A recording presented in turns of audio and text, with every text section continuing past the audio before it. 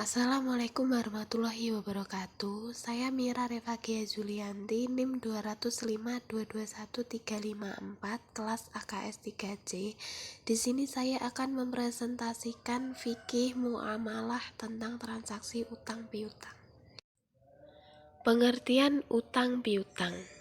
Hutang piutang menurut Kamus Besar Bahasa Indonesia yaitu uang yang dipinjamkan dari orang lain, sedangkan piutang mempunyai arti uang yang dipinjamkan atau dapat ditagih dari orang lain.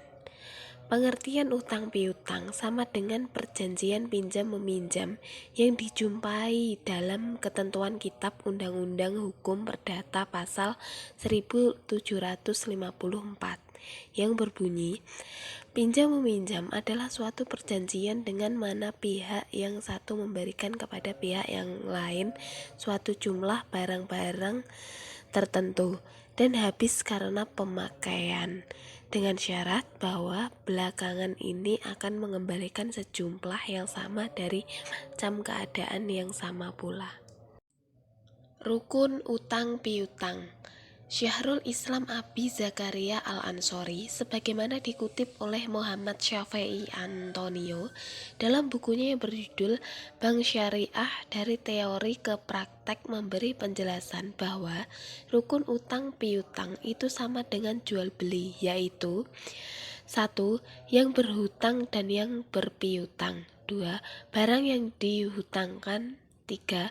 Bentuk persetujuan antara kedua belah pihak.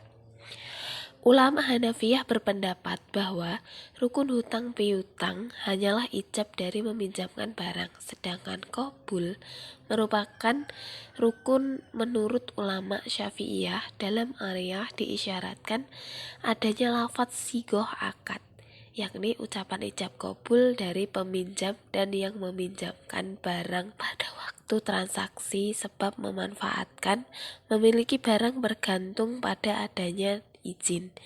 Sedangkan Cairuman Pasar berpendapat bahwa rukun hutang piutang ada 4 macam, yaitu 1. Orang yang memberi hutang. 2. Orang yang berhutang. 3. Barang yang dihutangkan atau objek. 4. Ucapan ijab qabul atau lafadz. Syarat utang piutang. Dr. H. Nasrun Harwen MA dalam bukunya Fikih Muamalah menyebutkan bahwa syarat dalam akad ariyah adalah sebagai berikut. 1. Mu'ir, berakal sehat. Orang gila dan anak kecil yang tidak berakal tidak dapat meminjamkan barang. Orang yang tidak berakal tidak dapat dipercayai memegang amanah. Sedangkan ariyah ini pada dasarnya amanah yang harus dipelihara oleh orang yang memanfaatkannya. 2. Ariyah batal jika dilakukan oleh anak kecil. 3. Ariyah batal jika dilakukan oleh orang yang sedang tidur atau orang gila. 4. Ariyah tidak sah jika dilakukan oleh orang yang berada di bawah pelindungan, seperti pemboros. Faktor utang piutang.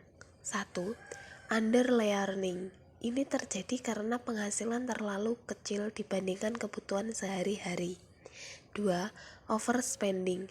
Boros merupakan gaya hidup seseorang di mana mereka yang memiliki penghasilan yang cukup tapi pengeluarannya pun cukup besar.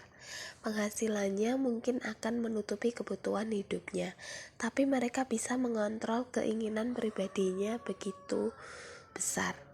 3. Unexpected. Biasanya terjadi karena kecelakaan dan suatu yang diduga-duga, seperti halnya tertipu orang, terkena musibah dan lain-lainnya, sehingga mereka terpaksa berhutang karena harus menanggung kerugian tersebut. Sedangkan menurut H.A. Kumaidi Jafar dalam bukunya Hukum Perdata Islam di Indonesia dijelaskan bahwa faktor yang mendorong seseorang berhutang antara lain: 1. Keadaan ekonomi yang memaksa darurat dan tuntutan kebutuhan ekonomi. 2. Kebiasaan berhutang sehingga jika hutangnya sudah lunas menimbulkan perasaan ingin berhutang lagi. 3. Karena kalah judi sehingga ia berhutang untuk membayar kekalahannya. 4. Ingin menikmati kemewahan yang tidak bisa dicapainya. 5. Untuk dipuji orang lain sehingga berhutang demi memenuhi apa yang diinginkannya. Terima kasih. Sekian dari saya, kurang lebihnya mohon maaf. Wassalamualaikum warahmatullahi wabarakatuh.